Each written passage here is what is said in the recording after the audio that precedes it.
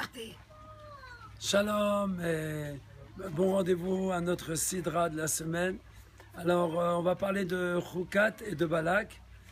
Cette année elles sont séparées en 2 semaines différentes, mais des fois elles sont ensemble.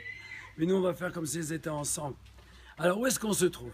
On se trouve à l'entrée d'Israël après les 40 ans de la traversée du désert. Et la Torah nous rappelle comment se purifier avec la vache rousse. Et après, la Torah nous ramène 2 grands événements. La mort de Myriam, le 10 Nissan, et après la mort de Aaron. Et voilà qu'à cause de leur mort, 2 choses vont manquer au peuple d'Israël. L'eau, il n'y a plus d'eau. Il fallait que Moshe Rabbeinu tape sur le rocher. En réalité, Dieu lui avait demandé de parler. Et il amène l'eau.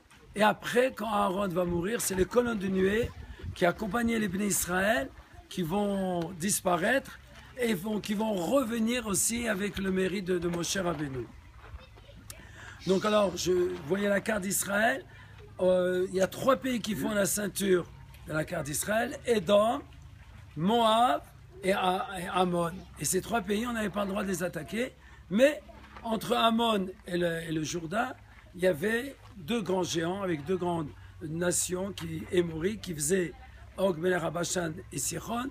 Donc la Torah nous relate comment Moshe Rabbeinu a gagné ces 2 pays-là, qui étaient la ceinture d'Israël. C'était des hommes très très forts pour monter au béni Israël, qu'ils sont prêts à rentrer dans la terre d'Israël. Mais voilà qu'en réalité, on voit que la Torah nous dit qu'une fois qu'on est rentré en Israël, il y a 2 choses qui nous ont manqué.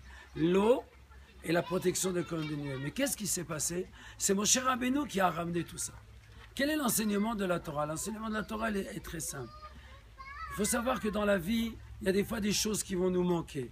Et un homme ne doit jamais s'arrêter à ce qui lui manque. C'est-à-dire, il doit savoir, il doit trouver au fin fond de lui que si ça lui manque, c'est que Dieu lui a donné d'une manière ou d'une autre de rattraper ça. On peut toujours rattraper.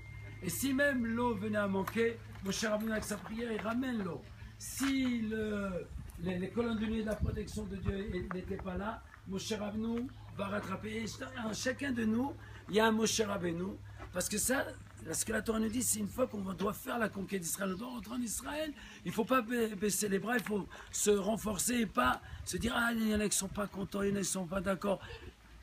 Après qu'on avait tout ça, il y a encore un nouvel ennemi qui est arrivé, c'était Balak. Balak s'est demandé où est-ce que le peuple d'Israël, ils ont trouvé leur force. Il a compris que c'était Moshe Rabbeinu. Il n'y a plus d'eau, Moshe Rabbeinu ramène. Il n'y a plus de colonne de nuée, c'est Moshe Rabbeinu qui ramène. Donc il a voulu trouver quelqu'un qui avait sa force. On lui dit que sa force était dans la bouche. C'était donc Bilam. Et Bilam, lui, Dieu lui avait donné des forces spéciales pour que si un jour on demande à Dieu, ah mais les Juifs ils ont eu Moshe, nous on n'a eu personne pour nous diriger. Dieu pourra leur dire, je vous ai donné une grande personne qui avait la prophétie. Et Bilam il arrive pour maudire les enfants d'Israël sur la demande de Balak, le roi de Moab. Imaginez-vous quelqu'un qui a la bombe atomique. Il est prêt à la lancer. Il monte en haut de la montagne, il voit tout le peuple d'Israël. Et qu'est-ce qu'il dit? Matovo alacha Yaakov, comment ils sont belles tes tentes Israël.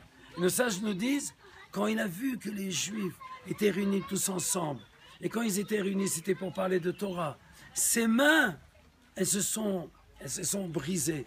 Comme Moshe Rabbeinu, quand il tenait la Torah, il a vu la faute, donc ses mains se sont affaiblies. Ça, c'est exactement l'inverse. Quand Bilam, il a voulu envoyer toutes ces malédictions, quand il a vu l'unité qu'il y avait dans le peuple Israël, quand il a vu comment on était tous une seule chose, il n'a pu que crier « Matovo alacha Yaakov ». On doit savoir que bien que les nations se moquent de nous en disant « Qu'est-ce que c'est que ces lois-là » mais d'un autre côté, elles se disent « Mince quand même, avec ces lois qu'ils ont, c'est des gens qui sont bien, qui vont pas tuer les autres, qui vont pas faire des choses extrêmes. Ils ont des lois qu'on ne comprend pas, mais ça les rend encore encore mieux, c'est-à-dire ça les rend encore plus fins. » Je voudrais juste vous terminer avec une petite histoire. L'histoire que je voulais vous raconter, c'est que nous, on ne se base pas toujours sur les miracles. Le plus grand miracle, c'est qu'on est attaché à l'idéal qu'on a. Il y avait une fois beaucoup de chassidim qui étaient dans le train avec un très grand racine qui s'appelait Rabbi Gourarié. Chacun il racontait le miracle de son rabbi. Alors il y avait le Gourarié, c'est le rabbi du Rabbi Racham et le Rabbi Lubavitch, il se taisait, il disait rien. Alors ils lui ont dit, toi t'as pas un miracle à raconter de ton rabbi?